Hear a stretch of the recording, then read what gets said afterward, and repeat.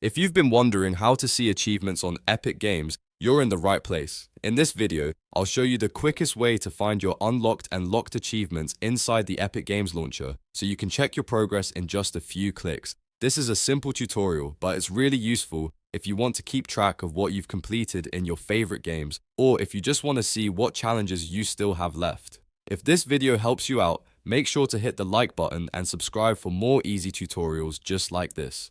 Alright, let's jump into it. First, open the Epic Games launcher on your computer and make sure you're signed in to your account. Once the launcher is open, look to the top right corner of the screen and click on your profile icon. This will open up your account menu with different options related to your profile and game activity. From that menu, find and select the My Achievements section. This is where Epic Games shows your achievement progress for supported games. After you click it, you'll be able to view both your unlocked achievements and the ones that are still locked.